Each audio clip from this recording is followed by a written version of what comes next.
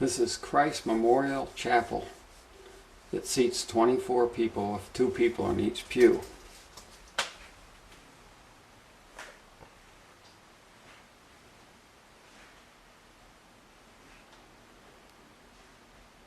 This is the organ console. It's a 1971 Allen Moss 1 variety.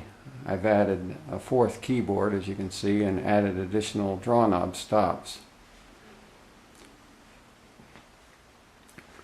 To the left here is a pull-out drawer with 4 Alesis QSR units with 64 voices that can be played simultaneously. Each one stores about 300 or 400 voices. Most of them aren't really useful necessarily for organ, but they have strings and bells and things like that that are very realistic.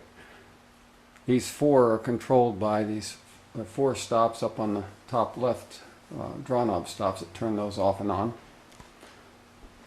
To the right, here's another pull-out drawer that has 2 Albarn Galanti units, a classic and a romantic unit. There's a 3rd unit with a Silberman stops down in the organ computer room that's controlled by more stops up above here. When I added the 4th keyboard, I added some stops, some tab stops on each side. There's one here in the solo division, and some more on the left over here. I also added a 4th expression pedal on the left for horns. I had to move all these toe studs to the left when I cut that out. Also added a couple braces underneath each side because of the weight of all the keyboards. I started to get a little sag on the bottom board. Allen should have put some steel through that when they designed it. Also, these stop panels swing out. Originally you had to unscrew them to get at them. I'll show you here in a second.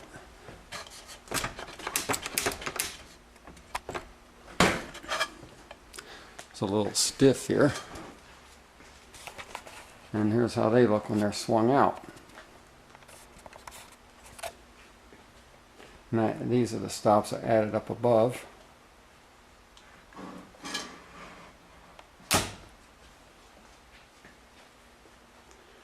Now on each side on the top of the organ there's a pair of, a single harp making a pair.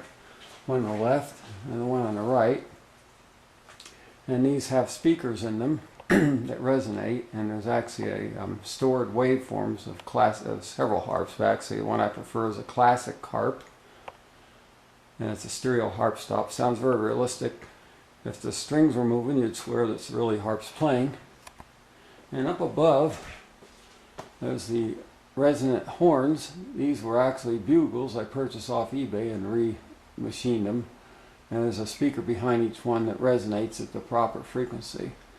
And through those you can run a variety of stored horn waveforms. And up on the top here,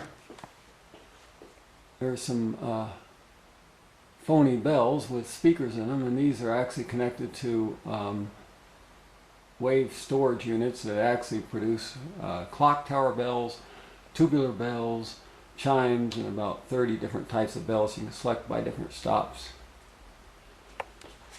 In the back of the chapel, these are some fake pipes, actually just some PVC pipe painted kind of a hammered metal finish, and they have speakers under each one. That is part of the antiphonal organ that has twice the echo delay of the front main organ system, to give you the effect of the hall being very long, or the cathedral being long. Underneath the back seats there are, you can really see them, there's several sets of speakers, one on the outside, one on the inside of the aisle. There's 4 in the back that also works in conjunction with the antiphonal organ.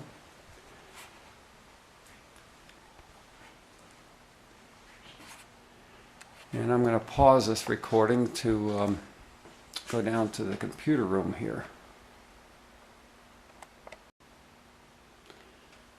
The front main speakers are behind these pipe facades that hinge out. There's one on the right and one on the left. And I've modified actually 4 Allen speakers. 2 are used for the sound system of the chapel for a music background, and two are used for the Allen organ.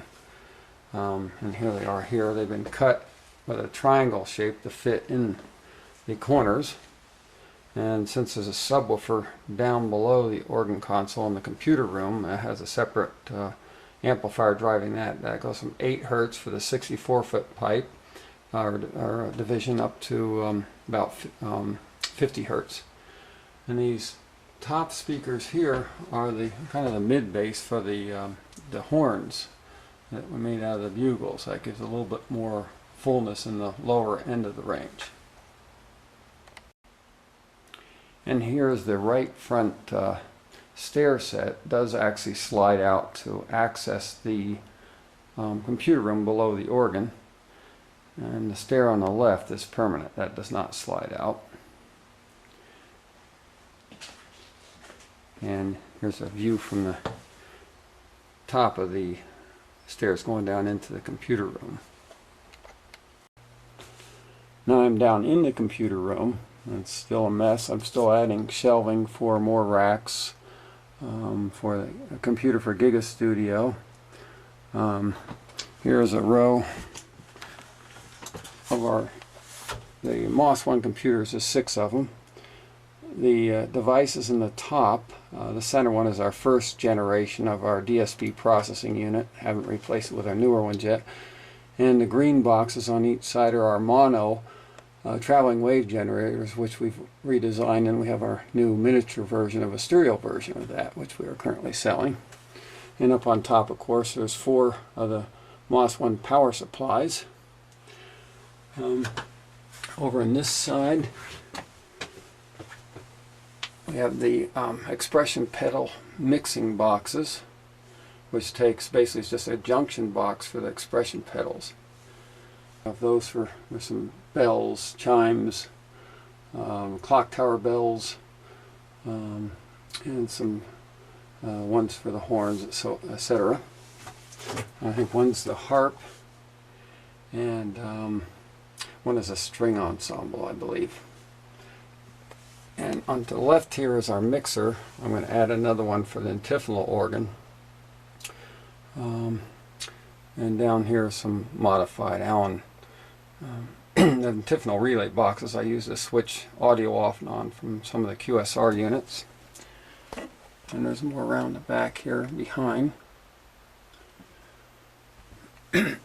This panel here has 32 band EQs for the various divisions, actually for main, trumpets, antiphonal, and up above are some of the these are actually a different version of our reverb, kind of like our DSP unit, only we use this to design the DSPs. Some of the labels are starting to temporarily stuck on, they're starting to come off. And this box here is a power supply with 12 volt supplies just to ice, so we don't have so many wall warts. And this is a heating system and network connections, etc., etc. Oh, the acoustical chimes, there's a 20 note chime. There's 10 notes on each side of the front of the chapel. Those are connected to the, or wired to the choir division, on the left side. And one thing I should mention on the Albarn Galanti pull-out drawers, there's one stop that controls each one, and these are set as alterable stops. Each one has its own capture system, and that would be preset like a alterable stop. And that's a couple of draw knobs up here. I have to still engrave all these draw knobs. And here are two 12-channel 50-watt amplifiers with the use of our mixer. We can boost the volume enough from the MOS 1 to be able to use any amplifier. These 2 channels go out to the outdoor chimes when we get those done. 4 go to the subwoofers, which are down here. The speakers face the corner to give more pressure buildup. This whole room is a resonant cavity for the real low frequencies. And on the left side here, which is the other one. And through the top, Up in here you can see the vent goes underneath the display speakers on each side. That's where the sound pressure pulses exit for the real low frequency bass.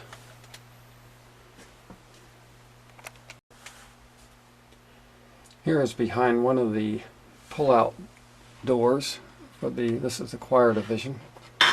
The computer panels that swings out, and this is the keyers, which since the keyboards are not multiplex, set up like a regular pipe organ where each division is keyed, so we can very easily get at the key contacts and use them for about anything we want. And you can see the DAC board on the left, that's been modified, and the stop board array on the right. And there's a telephone type interconnect from the keyboards and the stop wiring.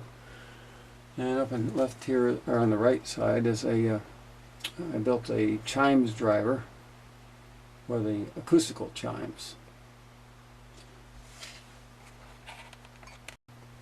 Here's another shot of the right end of the computer pit, as I call it. And here is one of the great division's computer boards is one of our MOS MIDI boards. And if we swing around to the left side, on the solo division, there's a loaded MOS board. Actually, it's not loaded. There's a pedal and a single division MOS converter on that. Oh, this power supply on the right is the chimes solenoid driver power supply. The voltage is 7.73 volts. It's the ideal voltage for this. The drivers we used on the chimes. That's using one of our Harrison Labs VM1 voltmeters.